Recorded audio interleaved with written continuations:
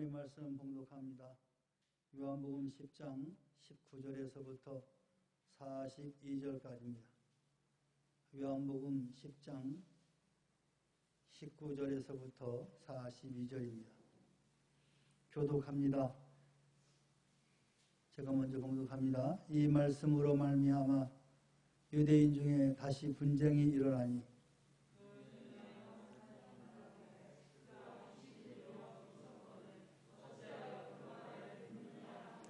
어떤 사람은 말하되 이 말은 귀신 들린 자의 말이 아니라 귀신이 맹인의 눈을 뜨게 할 수 있느냐 하더라.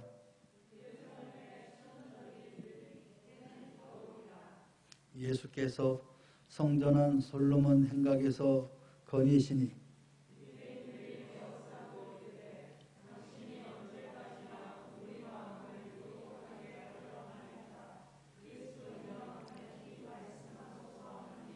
예수께서 대답하시되 내가 너에게 말하였으되 믿지 아니하는도다. 내가 내 아버지 이름으로 행하는 일들이 나를 증거하는 것이거늘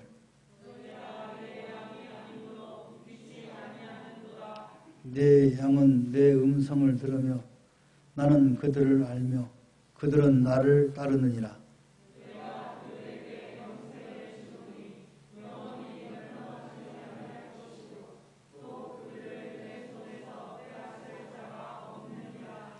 그들을 주신 내 아버지는 만물보다 크심에 아무도 아버지 손에서 빼앗을 수 없느니라.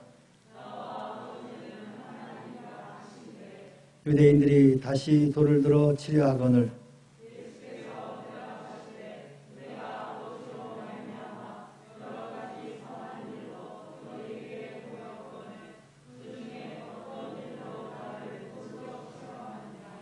유대인들이 대답하되 선한 일로 말미암아 우리가 너를 돌로 치려는 것이 아니라 신성 모독으로 인함이니 내가 사람이 되어 자칭 하나님이라 함이로라.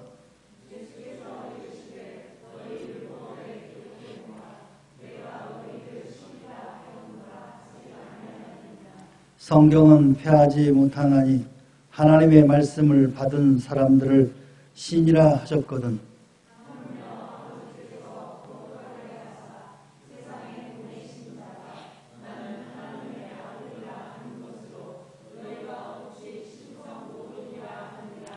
만일 내가 내 아버지의 일을 행하지 아니하거든 나를 믿지 말려니와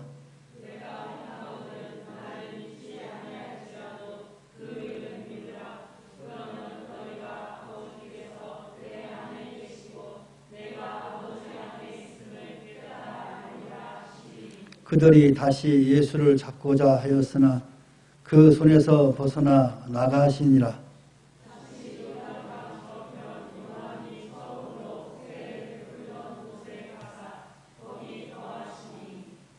많은 사람이 왔다가 말하되 요한은 아무 표적도 행하지 아니하였으나 요한이 이 사람을 가리켜 말한 것은 다 참이라 하더라.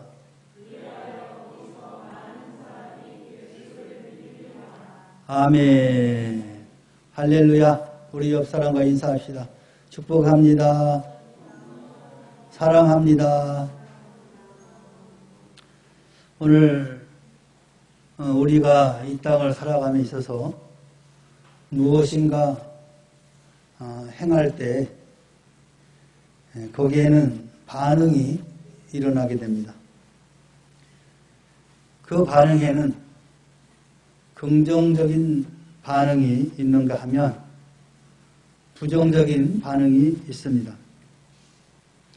긍정적인 반응에는 분쟁이 없는데 부정적인 반응에는 반드시 분쟁이 따라오게 됩니다.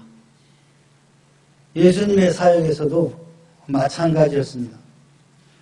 하나님이신 그분이 사역을 하는 가운데도 거기에 따라서 어떤 분들은 적극적으로 호응하고 예수의 전하는 말씀을 수용하는 반면에 어떤 부류의 사람들은 다른 방향으로 생각하고 예수를 귀신의 사단의 왕이다 라고 하면서 예수의 사역을 부정하는 그런 모습들을 보게 됩니다. 오늘 본문에서도 역시 예수님과 유대인들 간의 분쟁을 보여주고 있습니다. 예수님의 증거하신 말씀을 인해서 유대인 중에 분쟁이 일어났는데 많은 사람들이 예수가 귀신 들려 미쳤다고 말을 합니다만 또 어떤 사람은 예수가 소경의 눈을 뜨게 하셨음을 근거로 들면서 예수가 귀신 들린 것이 아니다라고 주장하고 있습니다.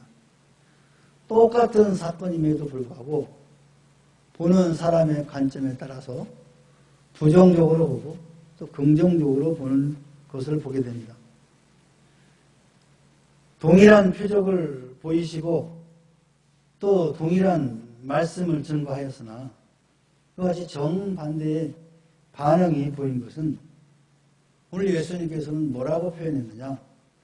예수님의 양과 예수님의 양이 아닌 자라고 구별하고 있는 것을 보게 됩니다. 다시 말하면 긍정적인 반응을 보인 사람들은 예수님의 양이고 부정적인 반응을 보인 사람들은 예수님의 양이 아니다라고 말씀하고 있습니다.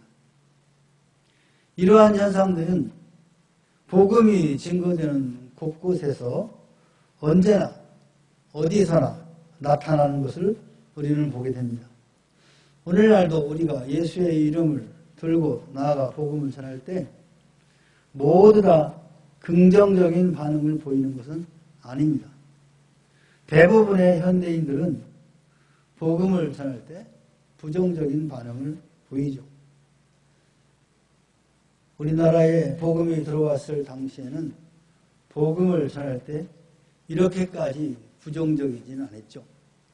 근데 세월이 흘러가면 갈수록 현대화가 되면서 잘 먹고 잘 살면서부터는 이 예수의 복음이 굉장히 천대받는 그런 복음으로 전락되어 가고 있는 것을 보게 됩니다. 종국에 결국에는 하나님의 말씀이 이 복음이 결국에는 승리하게 된다는 것을 우리는 보았고 또 그렇게 될 줄로 믿습니다. 예수님의 양이 아닌 유대인들을 향해서 자신의 말을 믿지 않아서 시비하는 이 유대인들에 대하여서 그들이 자신의 양이 아니므로 믿지 않는다라고 말씀을 합니다. 다시 말하면 하나님의 택한 백성이 아닌 사람들은 늘 부정적인 반응을 보입니다. 똑같은 그런 삶, 똑같은 기적, 이적을 보고도 그렇게 부정적으로 말하고 거기에 대해서 비판하는 사람도 있습니다. 그러나 예수님의 양은 예수님의 음성을 듣고 예수님을 따르며 예수님께서 영생을 주시어서 영원히 멸망치 않게 하신다라고 말씀하고 있어요. 그러니까 예수님의 말씀을 듣고 긍정 반응을 보인 사람들은 예수님께서 영원히 멸망치 않는 영생을 주신다라고 말씀하는 거죠. 오늘 저와 여러분들은 그 예수님을 우리의 구주로 모시고 말씀을 들을 때마다 아멘 하고 수용하는 그 모습인 곧 영생을 얻는 자녀로서의 모습이라고 할 수 있겠습니다. 예수님께서 보호하시는 양을 어느 누구도 예수님의 손에서 빼앗을 수 없다라는 말씀은 하나님께서 택하시어 구원을 베푸신 자는 그 구원을 잃지 않는다라는 말씀과 같은 거예요. 그러니까 예수님의 자녀들은 세월이 흐르고 어떤 환경이 있어도 결국에는 악한 것들이 예수의 자녀로서의 벗어나는 일이 없도록 늘 인도하여 주신다라는 말씀인 거죠. 그래서 어느 순간에는 예수님을 부인하는 것 같은데 다시 예수님께 돌아오는 거죠. 즉 예수님께서 그들의 구원의 보장이 되신다는 겁니다.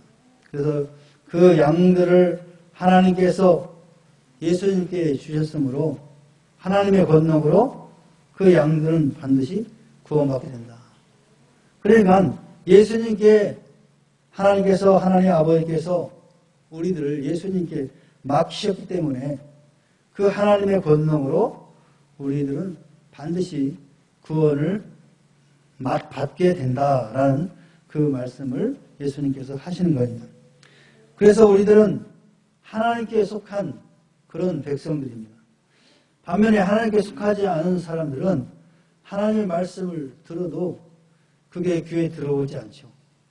설령 듣는다 할지라도 그 말을 깨닫지도 못하고 그것을 인정하려고도 하지 않는 거죠. 그러나 하나님의 백성들은 말씀을 들을 때마다 변화가 되고 그 말씀을 들을 때마다 삶이 더욱더 역동적인 삶으로 변화되게 되는 것입니다. 또한 하나님을 싫어하고 하나님을 믿지 않는 사람들은 진리의 빛을 싫어한다라고 요한복음 3장 19절에 말씀하고 있습니다. 그 빛은 예수지요. 그 사람들은 죄로 말미암아 빛으로 오신 그 예수님을 믿지도 않고 배격한다. 마치 어둠의 자식들은 빛보다 어둠을 더 사랑하는 것과 같다라는 거죠. 그래서 죄 가운데 사는 사람들은 어두운 곳을 찾는 거죠.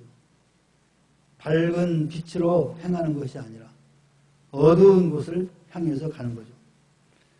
우리 심령 가운데 진리의 빛인 예수 그리스도가 반짝이고 있을 때는 모든 죄악된 것들이 다 떠날 줄 믿습니다.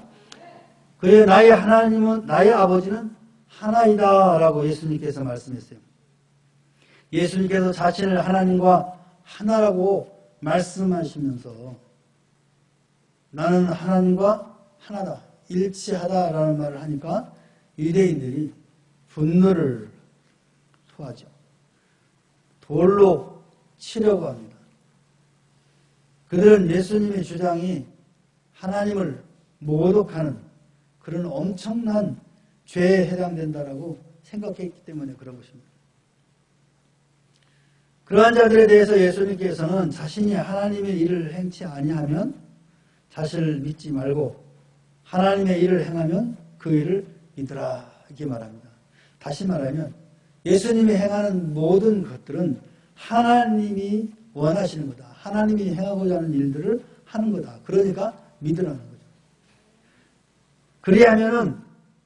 그리하면 자신이 하나님의 아들이심을 믿게 될 것이다. 예수께서 하나님의 아들이라는 사실을 오늘 성경에 등장하는 유대인들은 인정하지 않습니다. 또 인정하려고 하지도 않습니다. 그렇기 때문에 오늘 예수님의 사역을, 내 사역을 하면 보면서 이것이 믿어지면 나를 따르라는 거죠. 믿어지지 않으면 따를 수 없는 거죠. 그래서 오늘 예수님은 하나님 자신임에도 불구하고 바로 이 부정적인 반응을 보이는 유대인들에게 나는 하나님과 한 분이다, 하나이다, 일치성을 강조함에도 불구하고 오히려 그것을 하나님을 욕되게 한다라고 생각하고 돌로 치려고 하는 그 유대인의 모습을 보면서 오늘 우리도 혹시나 이런 그런 잘못에 빠지고 있지는 않는가 한번 생각할 필요가 있습니다. 우리가 신앙생활을 잘 한다고 하면서도 진정 하나님 아버지의 뜻이 무엇인지를 분별하지 못하고 자기 주도적인 신앙에 빠져서 하나님을 외면하는 경우가 있는 거죠. 오늘 유대인들이 그랬다는 거예요. 조상들의 유전에 의해서 받아왔던 그 신앙생활이 전부인 줄 알았던 거죠. 그래서 그것만이 옳은 것으로 생각하고 살아왔던 사람들이 갑자기 예수가 등장하니까 당연히 그들이 생각하고 있는 그런 신앙의 모습과 다르기 때문에 그렇게 행할 수밖에 없었던 거죠.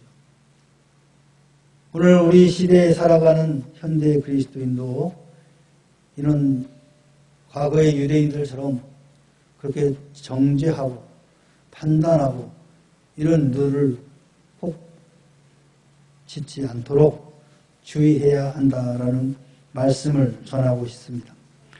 복음이 전해지는 현장에는 긍정적인 반응과 부정적인 반응이 있다라는 것을 여러분 아시길 바랍니다.